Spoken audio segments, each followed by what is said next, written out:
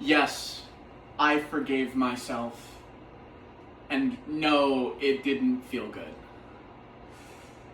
You know, I've dealt with self-hatred for a very long time. Ever since I was probably 16, something like that, I've had some kind of form of self-hatred. I thought I was evil. You know, I called myself every nasty name that I possibly could. I called myself a villain, I called myself greedy, I called myself a monster, a burden. I thought that I didn't deserve the air that I took up, the water that I drank, the food that I ate. I felt like I had to justify my own existence, and I had to have a reason to deserve basic necessities like space and boundaries and love. I've been through a lot, and at a certain point, you begin to wonder if the things that you're going through are some kind of divine happening, that it was intended by God or it was intended by the universe for these nasty things to happen to you, because what other reason could it? We search so hard to find justification in all of the misfortune that we find ourselves in, and oftentimes there is no answer. There's no reason as to why you lose what you lose. There's no reason as to why people treat you the way that they treat you. It's just how things happen. At some point, I thought that I deserved it. I thought that I deserved every nasty thing that happened to me, and I thought that there was no way that I could be a good person because of everything that I've been through. But that's not true. It's fiction. It's just a narcissistic way of believing that my future and my present holds more weight than somebody else who's gone through similar things. You know, self-hatred's not going to help you grow. Most people, I believe, hold self-hatred as sort of a moral standing, that you think that hating yourself is a noble thing to do because you hope that in some way it's going to drive you to find the answers. It's going to lock you in your mind until you come out on top and you rationalize through everything that you need to rationalize through to make the changes that you want to make, to, you know, make better choices for your body, for your health, for, you know, the people that you love.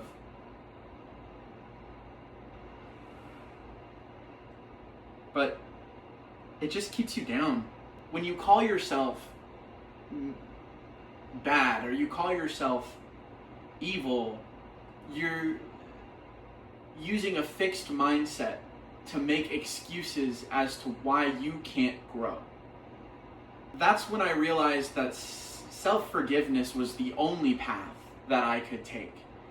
Because if I truly wanted to change, it wasn't going to come from calling myself nasty things. It wasn't going to come from making my life so miserable that I suddenly one day just got this burst of motivation to change everything. Intentional or not, self-hatred just becomes an excuse not to change. So when you find yourself telling yourself that you hate yourself, you've got to challenge the thought. You have to think about the things that give you worth. Isn't the right word, because you have worth. You always have worth inherently. You are a human being with complex emotions, complex feelings. Your existence is not a crime. And you are entitled to feeling whatever you need to feel, no matter what it is that you've been through. You are entitled to feel the way you feel about it.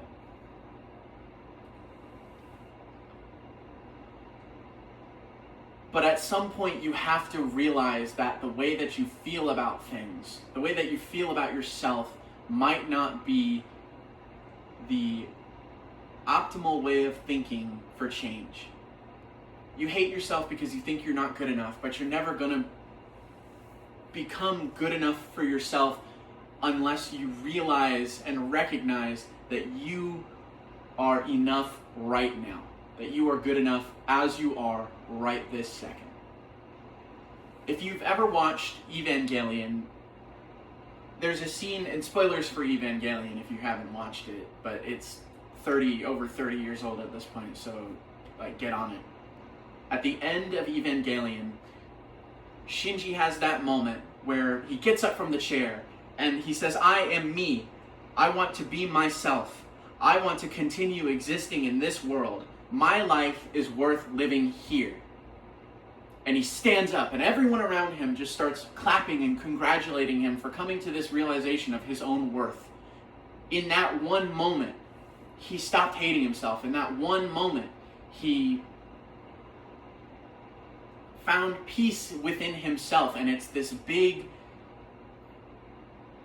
climactic moment where he has that epiphany and everything changes within him. Those epiphanies are valid, but we cannot expect them to change things. Because they won't. You're going to say that to yourself, you're going to make a rationalization to say, I'm never going to hate myself again. I'm never going to treat myself poorly again. I recognize my worth. But then you're going to go to bed and you're going to wake up the next day and you're going to think of all the reasons why you should hate yourself. And it's like that epiphany just never happened. And that's because healing is not an event. It's a choice, it's a process. When you find yourself saying that you hate yourself, you have to choose to say that's not true. You have to choose to forgive yourself. Because forgiveness isn't going to just come out of nowhere and be this infinite resource within your soul. It's going to be something that you have to choose every single day. Choosing to heal and choosing to forgive yourself is a daily commitment. You know, you've built up those neural pathways in your mind to hate yourself. You've thought these thoughts so many times. They're ingrained into your mind. You're gonna think them again. True healing is gonna be making the hard choice. It's gonna be saying, I love myself enough, and I have enough worth, and I have enough potential to let go of the past, to stare my mistakes in the eye, acknowledge that I did wrong, acknowledge that that doesn't make me an evil person, because I have the potential to change, and I will change. Just because you've accepted your worth doesn't mean you're going to feel it all the time. Your worth is not something to be proven. Your worth is something to be accepted. So I love you all. I bought a Nintendo Switch 2 today. I'm going to play Animal Crossing and Mario Odyssey, probably. So today's a good day, an okay day so far. I love you all. I hope you all find peace.